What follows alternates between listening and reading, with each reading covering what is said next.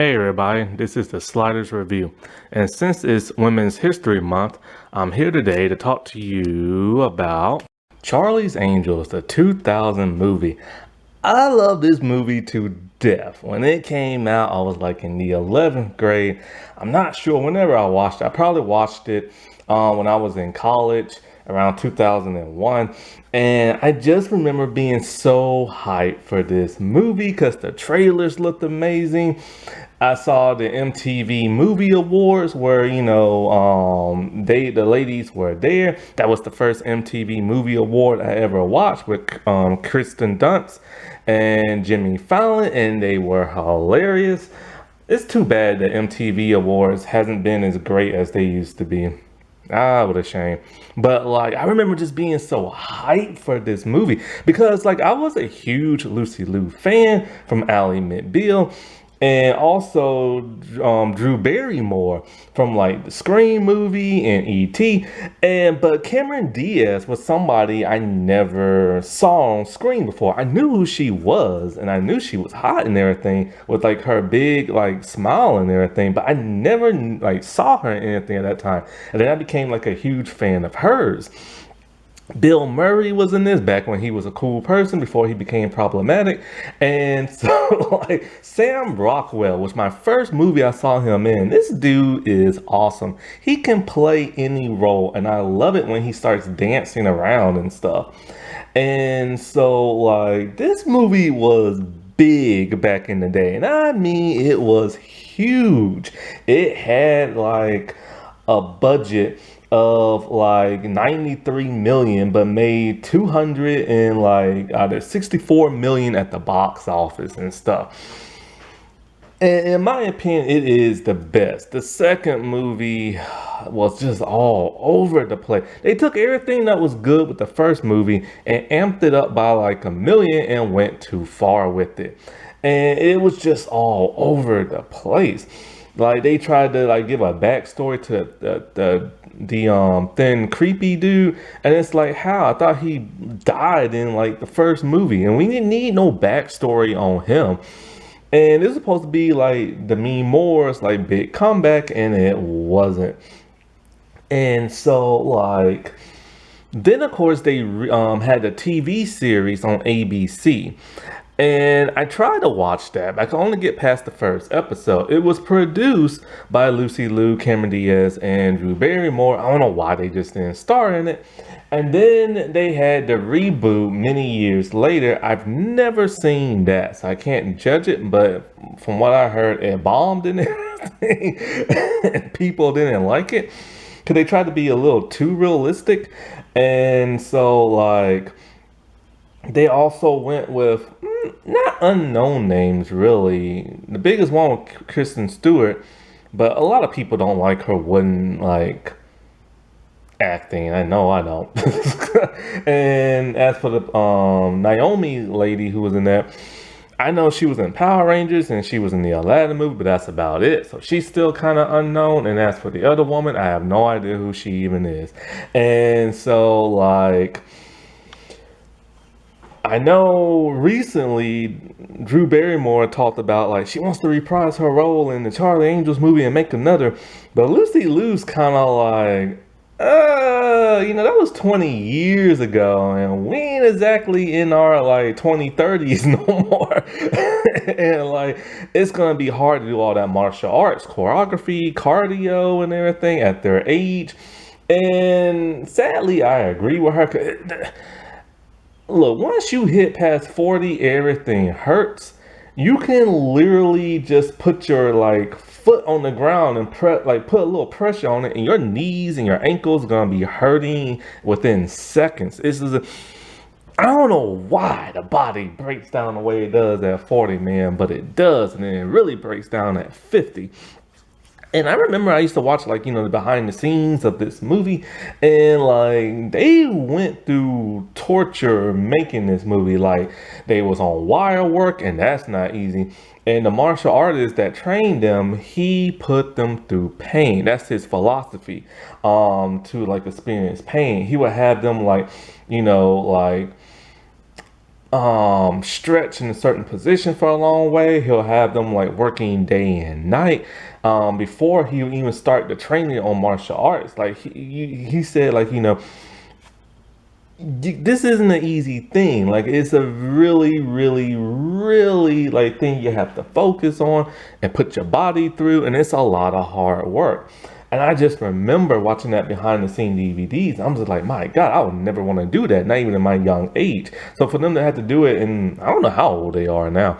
It might be somewhere in their late 40s, early 50s, something like that. I really don't know. I mean, if Amy Jo Johnson, the Pink Power Ranger, is 50 now, then they have to be a bit older than that and stuff, because I think she's younger slightly than them and stuff.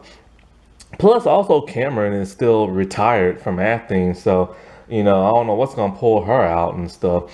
But like, seriously, man, that would be some torturous stuff on their body.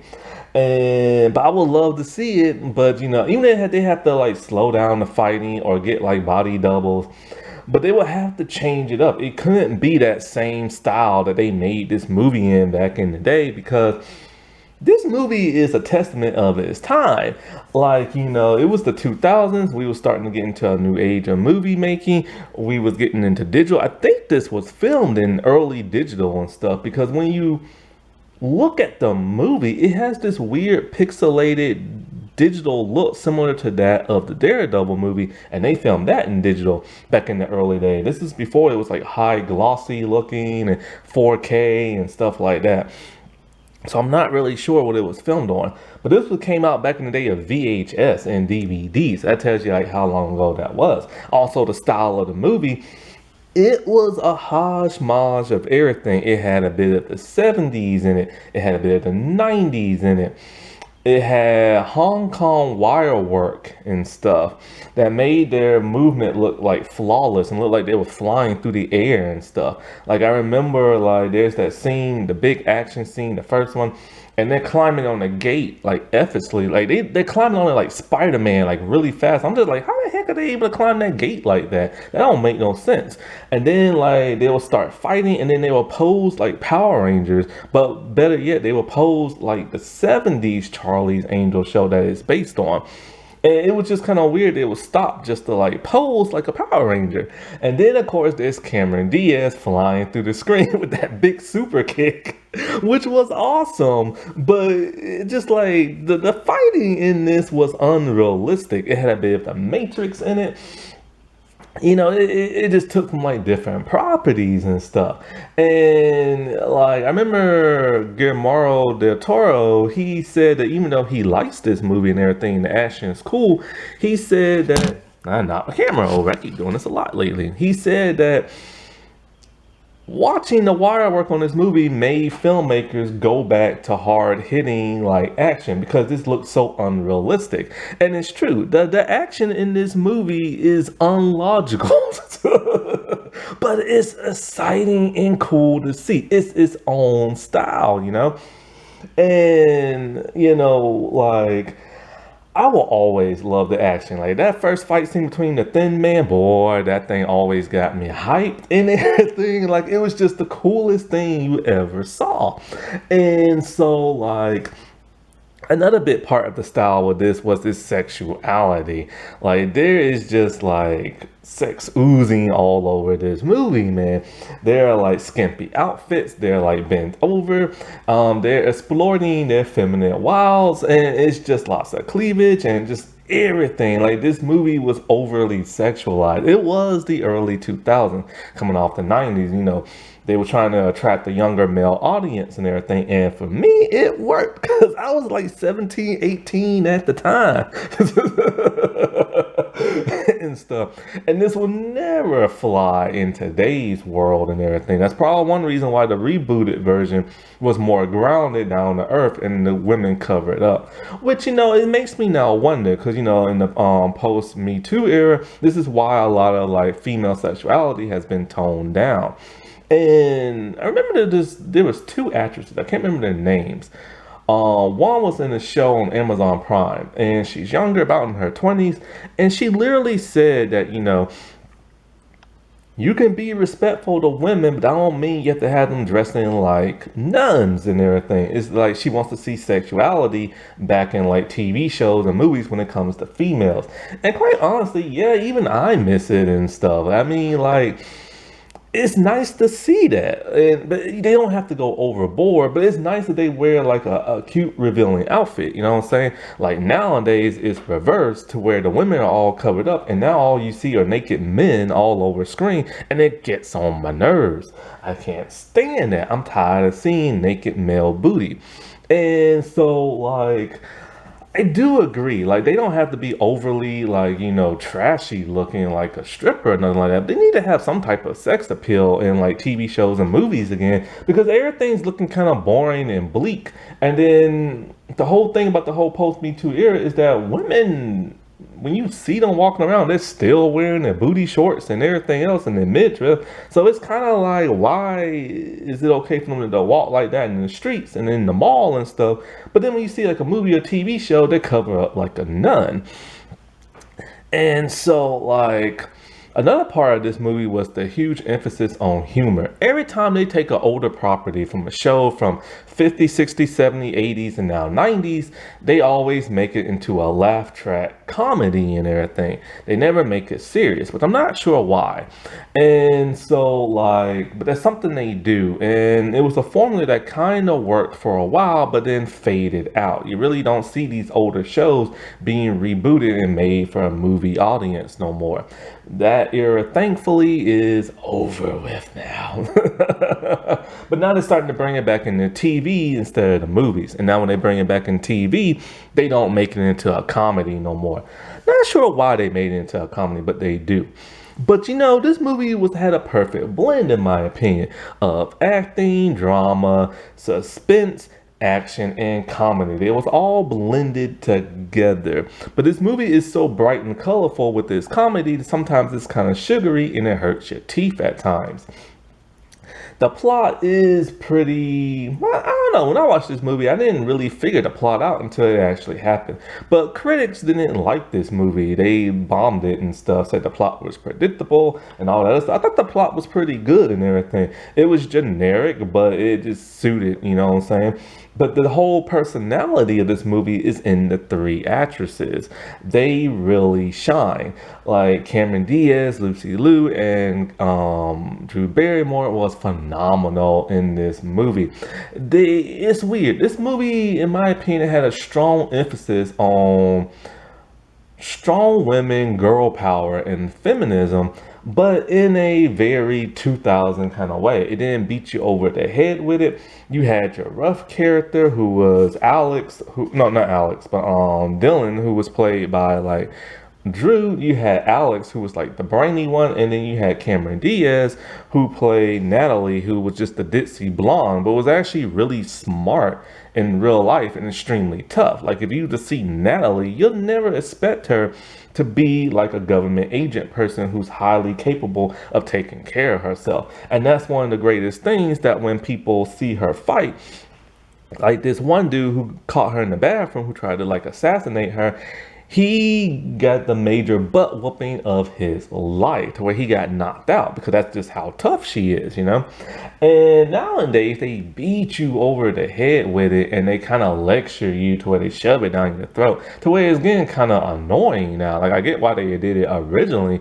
but it's the way they do it, and they don't have a blend to it, a nice balance. Like I remember rewatching The Chilling Adventures of Sabrina that I reviewed, and I don't know if I uploaded that yet, but I'm about to. The character of Rosalind, she just kind of like hit you over the head with like, a social issue, which was an important social issue, but it just came out of completely nowhere, and to where like it pauses and then you just kind of like hit with that knowledge, but then you feel like you're being preached to in a way, And the personalities of these three angels is just like I said before, phenomenal. And I don't care what people say. I like Lucy Liu. I think she can act. I first saw her in Hercules: The Legendary Journeys, where she played like a escaped slave girl. And then after that, she played Ling in Ally McBeal. But the thing about her that people don't like is that they always say she's wooden. She always plays these same type of roles. But when you watch Charlie's Angels, you see like, cause yeah, in her earlier days, she took on these very like, stone faced, like mean girls kind of roles, you know what I'm saying? So that's how she had to be. Like, and it works perfectly with like, the expression on her face. Like, it's just like a stonewall mean girl kind of like expression she has. And then her voice, she talks kind of like in this slow, sensual kind of way that makes her mean girlness stand out even more. But for this role, if you actually watch the movie and you actually pay attention to it, she's smiling, she's giggling, she's making jokes. She has kind of like this valley girl, girly girl kind of voice. On top of that, of her natural like acting charisma, of her being like stonewall and like slow talking like charisma that she brings and stuff, and she brings different layers to this role. So I don't know why people complain about her acting so much. Maybe it is because she takes on more serious roles, but when she takes on these more serious roles, she has to act dramatic. So of course she's gonna act like very logical and stuff like that. And so people just keep complaining for like the weirdest things. And so like I remember, and that's the same kind of role she took on in Kill Bill. She was like this stone cold, like mean person, what I'm saying, with really no personality. But when she does show personality, nobody never pays attention to her and stuff. So I don't get that. But this movie had a lot of cameos. It had Tom Green's crazy behind. It had LL Cool J, which I remember I groaned, and I still groan when I see him in this movie. Because back in those days, he could not act. It's gotten a whole lot better now. But Lord have mercy, back in the 90s and early 2000s, it was just like atrocious. And so like it has that of problematic. Oh my God, he's so problematic. Bill Murray, who was funny in this movie, but he has an awkward comedy sense that just comes off as charming. But dude, he is a prick in real life. So many of his female stars complain about him, like Gina Davis and everything. Like what he did to her was just like terrible back on the set back in the day. And like him and Lucy Liu apparently fought in this movie in real life, which is why he didn't come back for the sequel and Bernie Mac had to take over. Apparently he didn't like her acting and he said something rude to her. I don't know if she hit him or not. I can't remember. I remember hearing something about that, but I'm not really sure.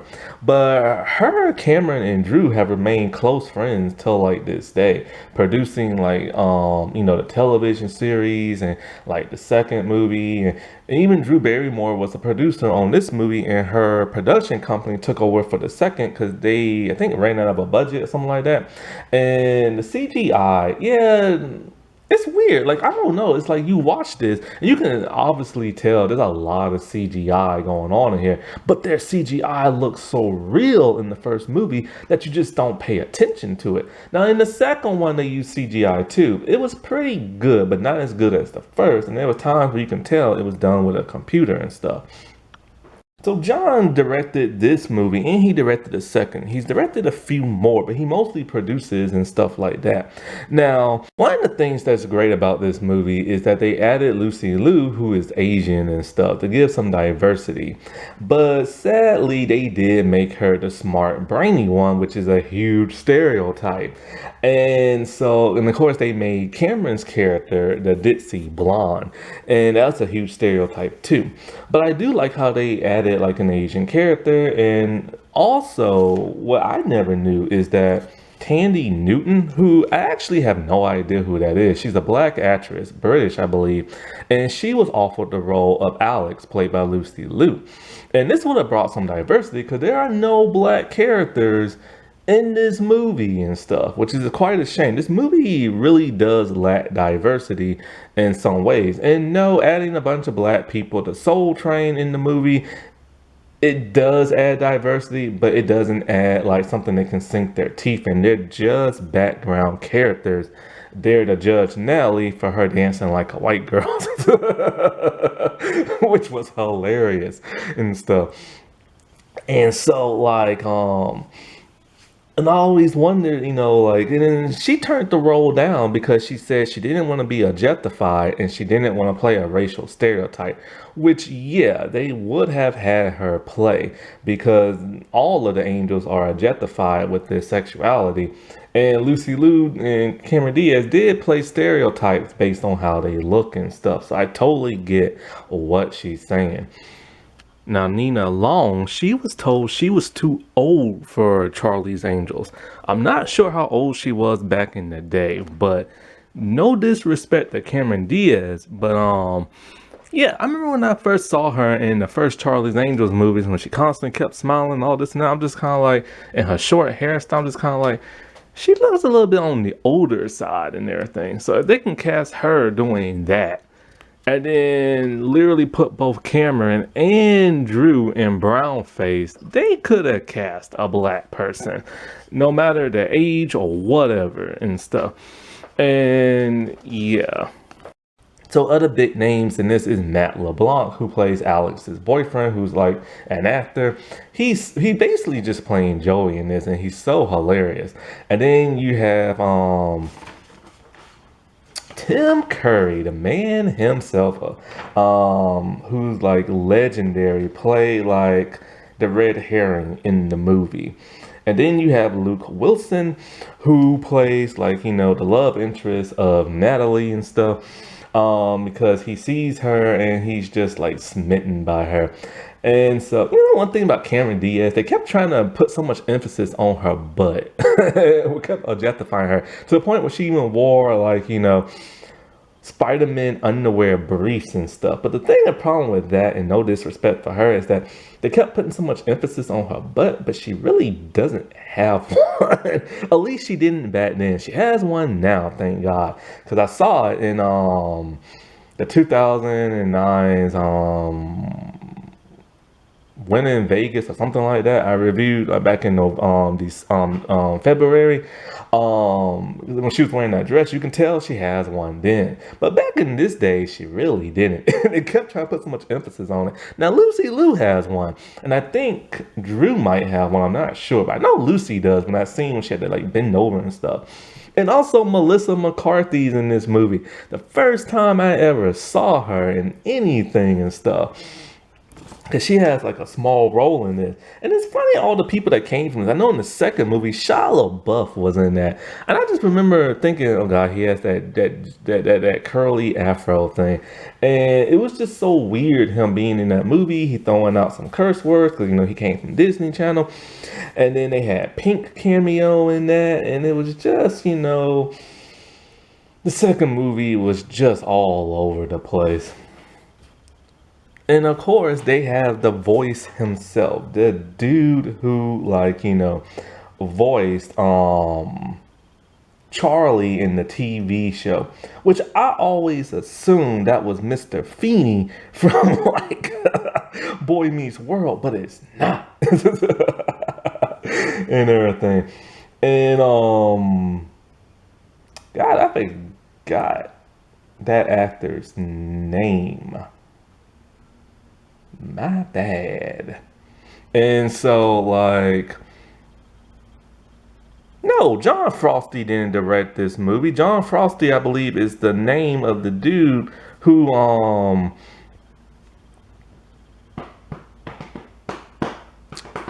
yeah, the dude, that's the voice of Charlie, I believe. I believe that is him. I just don't remember the name of the director. So basically, this movie is nostalgia from that of the old 70s show starring Farrah Fawcett and stuff like that. And they even make references to the old TV show in the montage in the beginning, reenacting a couple of their famous scenes, like the whole them pulling Nally back and forth. She's all like, I'm not a yo-yo and everything. Now, I've never seen the 70s show. even still to this day. One of them cameoed in the second movie. But I do remember the yo-yo scene and everything. And so basically this is a movie about an elite fighting group of secret agents, women that, like, you know, investigate stuff and solve the day and save the world. And so basically this man named Knox, who's played by Sam Rockwell, comes to them. No. His secretary comes to him, his assistant, because he's been kidnapped. And so they have to, like, you know, save him and everything and rescue him. And so they have to go from one lead to another that leads them to that of Tim Curry's character. And so they know one of the kidnappers' face is the creepy thin man played by um Glover, what's his name? Crispin Glover. This dude was great in the movie. He just gives the greatest stares and everything, and that weird holler thing he does. And he's an amazing fighter in this movie. And so, like, he just has this cool thing where he just like turns around really slow, looking creepy, and he rips the hair from like women, and he smokes a cigarette in such a cool way. It makes you want to smoke, but you shouldn't smoke because it's bad for you. And so when they go out to fight him, they're still in the evening gown wear, but it's like they change into like some fighting clothes like really fast. And my only problem with this movie is that the angels are a bit too perfect. Like, they're able to figure things out real fast. They're able to fight really good. They're able to change their clothes. Like, where they get the fighting clothes from? If they had evening gowns on and stuff. Now, in the second movie, they overdid the perfectness. They're way too perfect. Now, I mean, way too perfect. And that was one of the downsides of like the movie. So there's a huge, like, you know, street fight and everything in the alley, and it's an amazing, crazy, unlogical fight scene. And so, like, they rescue Knox, and he's all like, his equipment's been stolen, so they have to get it back. And so this is when all the super cool spy stuff comes, and you see them how good they are at like disguises and like pretending to be like other people to get, like, you know, fingerprints and like retina scans.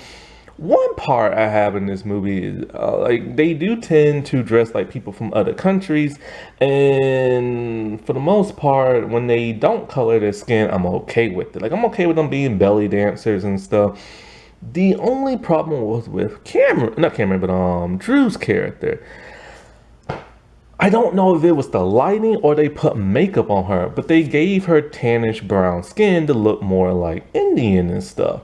And that was so like offensive for her to do like brown face in that, if she's actually doing brown face, which I believe she is. But I don't understand why they would do that, because Cameron had her regular skin complexion and so did Lucy. So why would they go the extra mile to like paint her skin that different color?